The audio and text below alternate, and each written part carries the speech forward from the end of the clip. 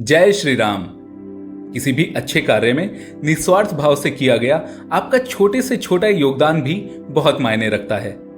इसी पर आधारित है हमारी आज की कहानी, जो रामायण काल से है। तो आइए शुरू करते हैं।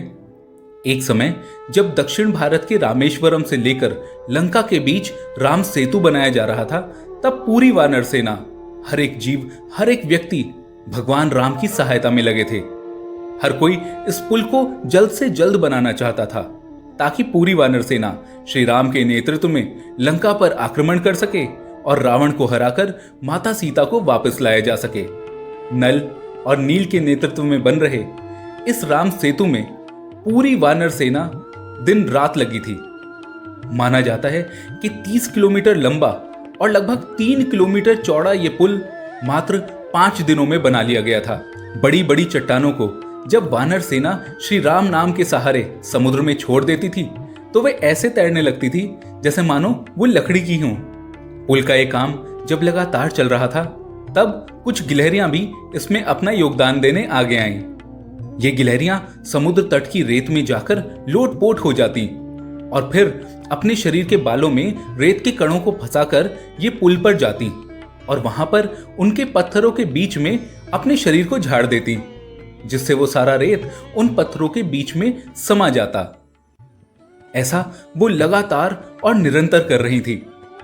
कुछ वानर उनसे तंग आने लगे, क्योंकि वो जब बड़ी बड़ी चट्टानों को लेकर जाते होते, तब उन्हें ध्यान रखना होता कि उनके पैरों के नीचे कहीं कोई गिलहरी ना आ जाए, जिससे किसी गिलहरी की मृत्यु ना हो जाए।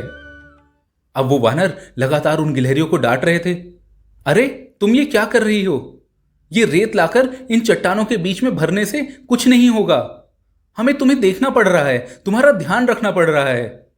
तुम छोटी सी जीव हो, अगर किसी के पैर के नीचे आ गई तो हमें पाप लगेगा। जाओ यहां से, चली जाओ। पर गिलहरी वो तो मानती ही नहीं थी। वानरों की डांट सुनती और फिर से अपने काम में लग जाती। तब एक वानर को गुस्सा आया और उसने एक गिलहरी को उठाकर हवा में उछाल दिया और कहा, बाहर निकलो यहां से, हमें तंग मत करो, हमारे कार्य में बाधा मत बनो। तब वो गिलहरी हवा में उछलती हुई श्री राम के पास जाके गिरने ही वाली थी कि श्री राम ने अपने हाथ में उसे संभाल लिया।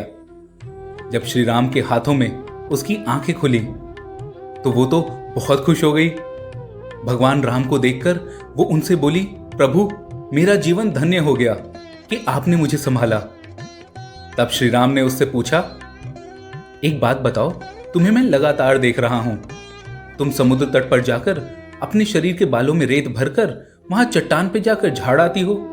तुम्हें क्या लगता है इससे क्या होगा?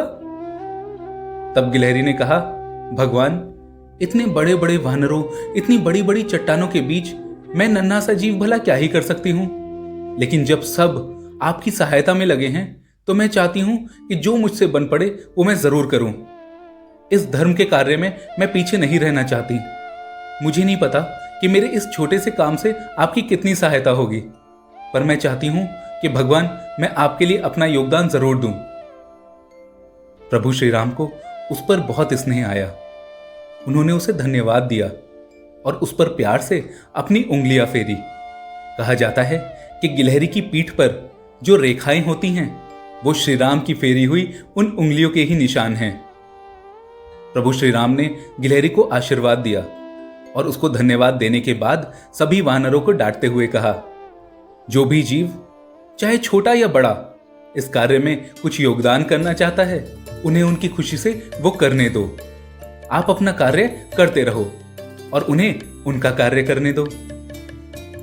देखा आपने, उस गिलहरी के छोटे से योगदान का भी श्री राम ने पूरा मान रखा और उस गिलहरी को उसकी सभी पीढ़ियों के साथ जीवन भर के लिए आशीर्वाद दे दिया। बस यही तो चाहते हैं भगवान हमसे, कि हम हर अच्छे कार्य में, भले ही छोटा या बड़ा, अपना योगदान देते रहें, क्योंकि ये अच्छे कर्म हमेशा गिने जाते हैं।